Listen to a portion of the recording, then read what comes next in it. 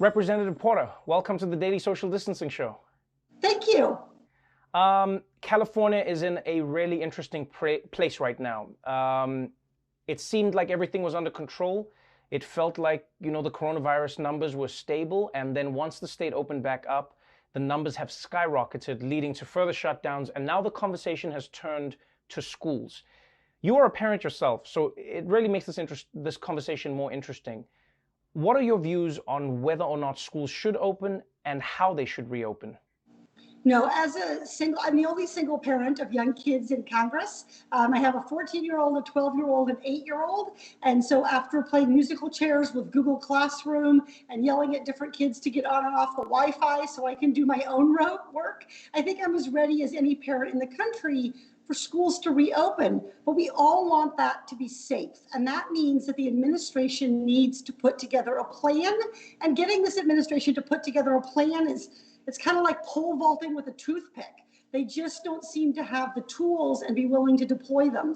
Well, the argument that has come from, Trump and his supporters has been that kids are not at risk, and we've seen very minimal damage done to children by the coronavirus. So wouldn't the argument be for getting them all back into schools? That's what it seems like a lot of them are saying. What is your response to that argument and to parents who may agree with that sentiment? Well, I think one of the things we have to be honest about is just as we've seen this pandemic have different effects on different communities, if you're a parent who has each kid in their own bedroom and you have a device for every kid, you have Wi-Fi, and you yourself don't have a job and can help be there to log everybody on and help them find the ampersand on the keyboard for their stupid password, then this might be working. If you're an essential worker who relies on that school day to be able to make ends meet in your budget, having to full-time pay for childcare will be nearly impossible. We can't put kids' lives at risk. We have to figure out how to do this safely, and there are a lot of potential tools available, but we haven't seen the Department of Education or FEMA or the CDC really provide any support to our state boards of education and to our state schools of superintendents on how to do this. They're just being left to their own devices to figure it out, which is exactly what we've seen in this pandemic from the beginning. And as you said, with cases spiking around the country, that's not a good strategy. You represent Orange County. And Orange County, I believe that the parents there have voted on a school board and said, we want our kids to go back to school. What do you think the response of the government should be there? Then do schools open, or is it a fight between now teachers and schools? Should the schools get the funding if the kids or the parents want the kids to go to school, but the teachers don't want to teach? How does that skirmish get handled? We absolutely need to fund our schools regardless of how they choose to provide learning. We're going to see some schools provide parents with a choice of online learning or hopefully modified safe classroom procedures. We shouldn't be using funding to jerk schools and teachers and parents around in a time of crisis in which what we all need is certainty. We have to think about balancing kids' learning along with kind of keeping them safe. And I think that is going to look different in different parts of the country. And I think it's going to look different for different ages of children.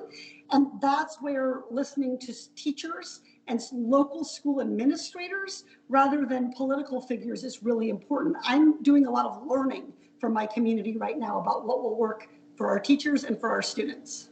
Now, you're on the House Banking Committee. And what's been really fascinating during this period is realizing how little of the PPP money went to the underbanked, went to Black people, went to women. And women-owned businesses, Black-owned businesses, we saw that a lot of the money went to established companies who already have a lot of money, maybe in reserves or just have, turnover. And those who needed the money the most, arguably, didn't have access to it. Some would say if another stimulus comes, is the bank or are the banks the best people to handle this, because their commitment is always going to be to their top clients first. Is there another way to do it? Is there a way to force the banks, or is this something that Congress is even considering, seeing that so much of the stimulus money ends up in the pockets of companies that could arguably afford to not have it for a little bit longer than small businesses? Well, this is definitely something that Congress has focused on, and I think there's at least a partial success story here. I've been pushing for transparency about the Paycheck Protection Program because we need to look at the data to understand who really got loans and who really didn't. We have anecdotes about people who abused the program, but I also hear every day from small business owners who got the money, and it's providing a crucial lifeline for them. What Congress did is when the Paycheck Protection Program ran out of money, it was sort of oversubscribed very quickly, and we went back and nearly doubled the funding. We set aside a portion of that funding for community development, financial institutions, for credit unions, for minority serving institutions, and that worked. I have a lot of businesses who told me they didn't get help from a big bank. They called them, they pestered them, they couldn't get any help. But when they went to a credit union or to a community development financial organization or even a community bank, they quickly got assistance in that second round of PPP funding. So I think Congress did make an important change here. And I think there's a lesson for us to understand as we go forward about if we allow the nation's largest banks to administer the money and create and give them billions of dollars of fees to do so, they will have certain incentives in that system.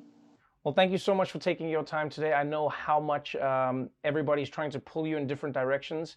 I wish you the best in California, and hopefully kids will be back in school soon, and everyone will be back on the road to recovery. Thank you so much for your time. Awesome. Thank you. Fantastic. Thank you very much. I'm so jealous that you get to wear a sweatshirt. You can too. I don't think anybody's stopping you. Oh, I have a whole row of staffers stopping me. I mean, they're not here, but virtually, right? So, but I will say, like, the greatest, I think there are a lot of women who are benefiting from work from home because a lot of our oppressive clothing choices are the shoes Right. and the skirts and the things like that. So men still have to wear the tie when they get on Zoom, but I am totally in love with my flip-flops. And so I think there's a lot of women who are kind of seeing some of the advantage of this. So There is, I guess we always look for the silver linings. thank you so much. Thank you very much for being on. Thank you.